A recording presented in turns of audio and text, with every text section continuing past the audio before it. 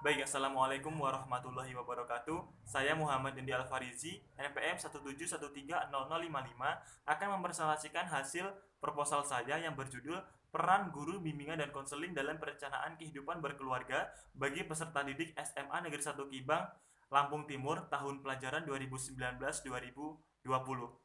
Latar belakang masalah, fenomena perencanaan kehidupan berkeluarga bagi peserta didik memiliki peran yang sangat penting dalam mewujudkan tegar remaja bagi peserta didik, yaitu remaja yang berperilaku sehat, remaja yang terhindar dari resiko kesehatan reproduksi remaja seperti seksualitas, HIV/AIDS, dan nafsa. Selanjutnya adalah untuk menghindarkan peserta didik dari pernikahan di usia anak dan mewujudkan keluarga yang bahagia sejahtera.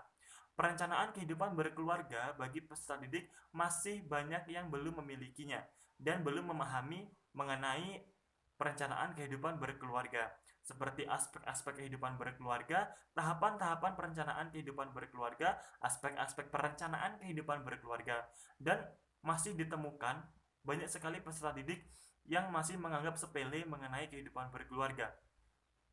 Dalam hal tersebut, peran bimbingan dan konseling atau peran guru bimbingan dan konseling sangatlah diperlukan untuk membantu peserta didik dalam merencanakan kehidupan berkeluarga bagi peserta didik.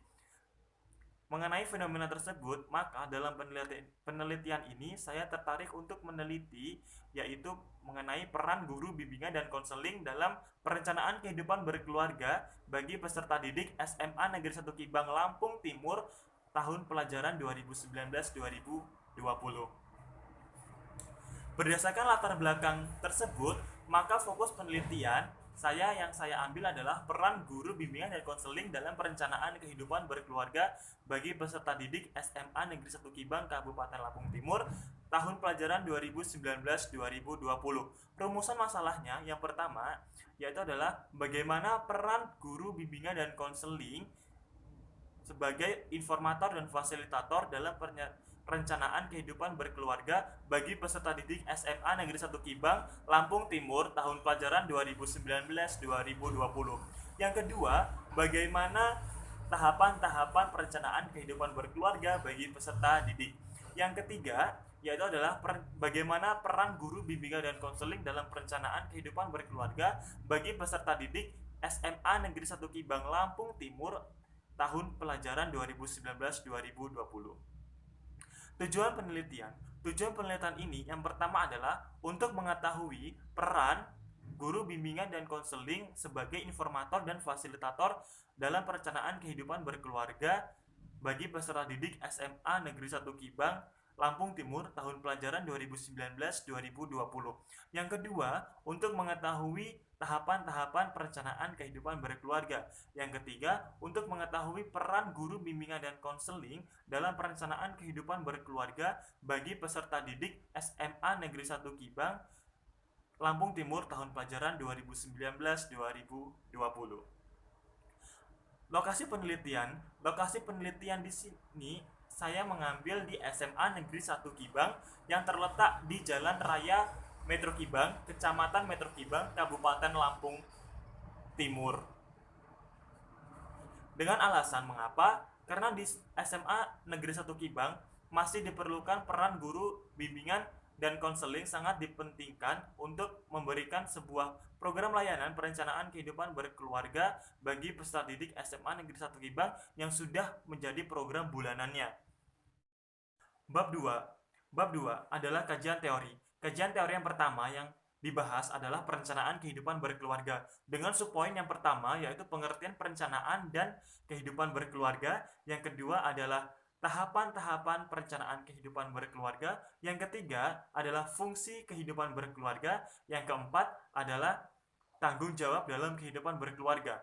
Bahasan yang kedua yang dibahas adalah guru bimbingan dan konseling. Yang pertama adalah pengertian guru bimbingan dan konseling, yang kedua adalah syarat guru bimbingan dan konseling, yang ketiga fungsi guru bimbingan dan konseling, yang keempat adalah tugas dan tanggung jawab guru bimbingan dan konseling, yang kelima adalah peran guru bimbingan dan konseling.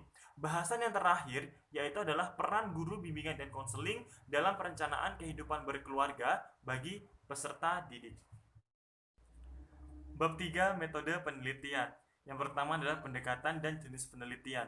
Pada penelitian ini menggunakan pendekatan kualitatif dan jenis penelitiannya adalah jenis penelitian deskriptif.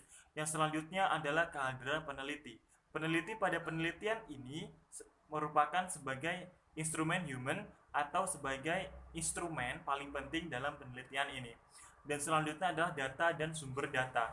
Data pada penelitian ini dibagi menjadi dua data. Yang pertama adalah data primer dan yang kedua adalah data sekunder. Pada data primer yaitu ingin mengetahui bagaimanakah peran guru bimbingan dan konseling dalam perencanaan kehidupan berkeluarga bagi peserta didik SMA Negeri 1 Kibang, Lampung Timur tahun pelajaran 2019-2020. Dan yang selanjutnya adalah data sekunder. Pada data sekunder ini adalah data pendukung dan pelengkap dari data primer. Selanjutnya adalah sumber data. Sumber data merupakan sumber subjek dari tempat mana data dapat ditemukan. Yang selanjutnya adalah metode pengumpulan data. Pada penelitian ini, metode yang digunakan adalah wawancara dan observasi. Pada wawancara, itu terdiri dari wawancara struktur dan wawancara tidak struktur. Pada penelitian ini, peneliti menggunakan wawancara tidak struktur agar peneliti dapat mendapatkan informasi lebih banyak lagi dari informan. Yang kedua adalah observasi. Pada observasi juga dibagi menjadi observasi terstruktur dan observasi tidak terstruktur.